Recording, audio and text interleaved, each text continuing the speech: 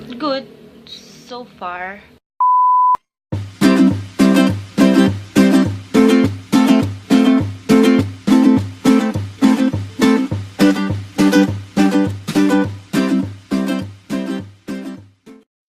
everyone, so today's video is going to be how's my YouTube experience. I'm sorry for that sound kasi malapit kami sa kalsada. So yeah, marami talaga tayong maririnig na sounds dito like that.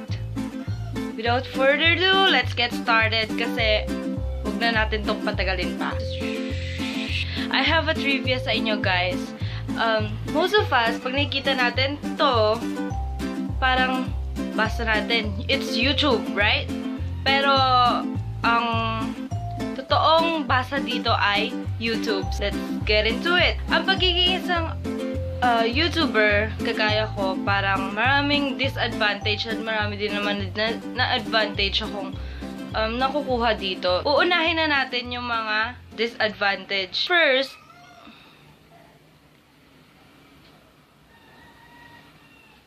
sorry sa mga manok. Okay. So,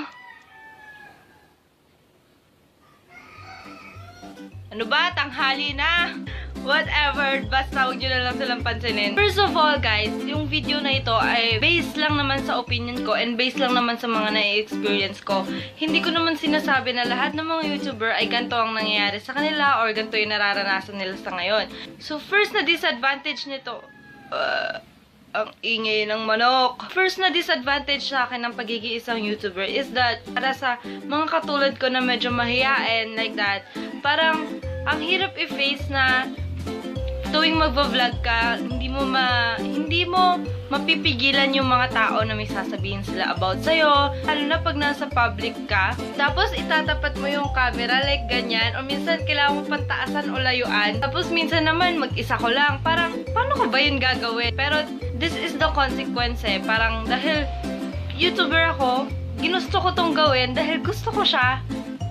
Yun yung mga bagay na kailangan kong i-face. Kailangan ko yung tanggapin, kailangan ko yung accept. Number 2 is that, I forgot what to say. Sobrang time-consuming niya. Dahil sa sobrang dami mo na kailangan gawin. First, from the gadget, ililipat mo pa siya sa computer. And then, i-edit mo pa siya.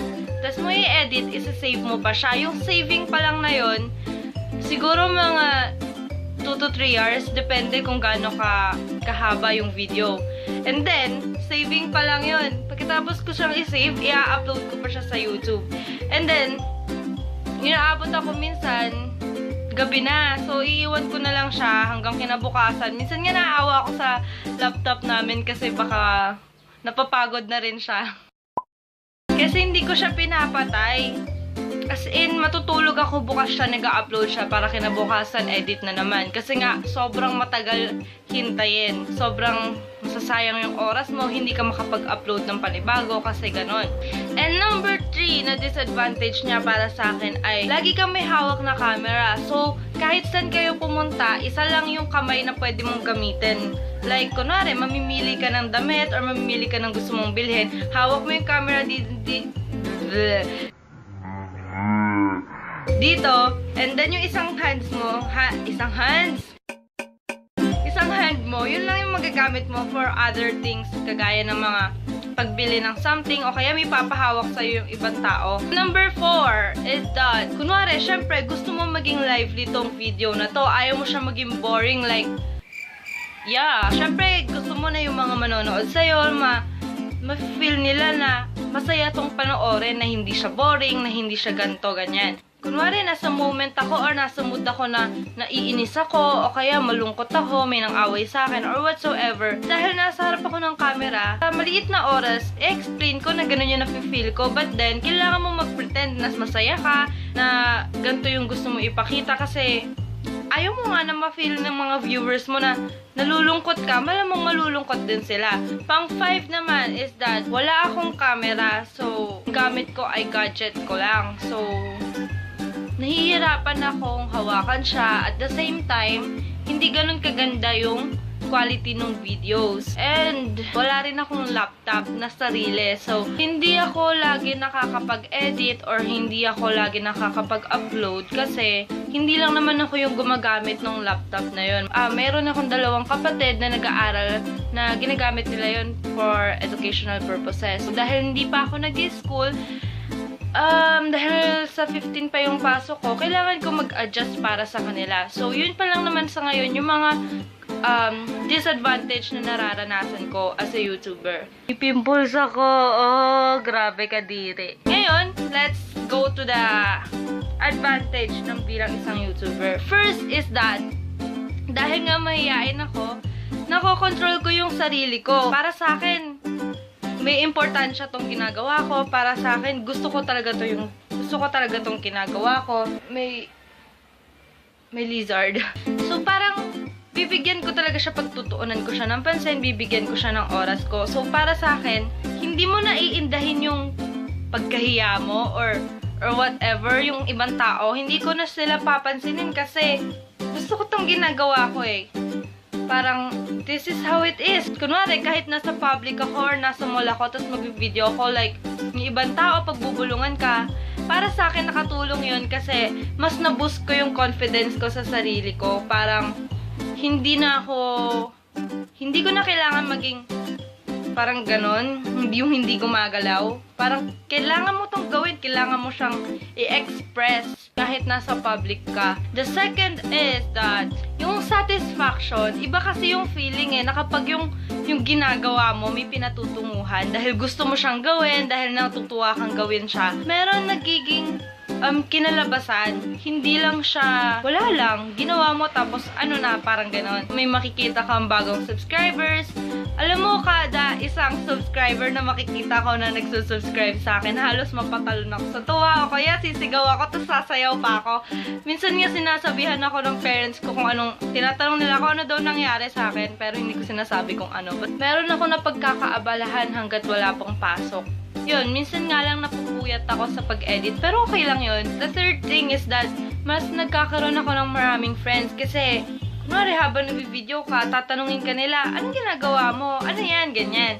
Tapos, ikaw naman, mas magiging mapapakwento ka na ganito yung experience mo, ganito yung ginagawa mo, kumpara saan to. And then, magiging close kayo kahit na hindi ganun ka-close. Dami rin ako na-discover ng mga iba pang YouTuber.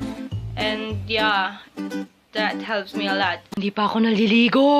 Siyempre, as a YouTuber, hindi ko naman ina-expect na dadami agad yung nagsusubscribe sa akin or whatever.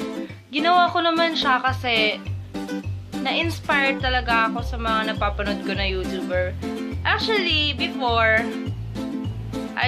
meron akong isang YouTube channel na ginawa, and then gusto ko lang sana na yung nagbi-video ako kasi gusto ko yung mga memories ng araw-araw na nangyari sa akin. Ba't ba ako namupulol? Is treasure ko, and then ilalagay ko lang siya dun kasi gusto ko rin siya mapanood someday, ganyan. And then, dahil syempre, yung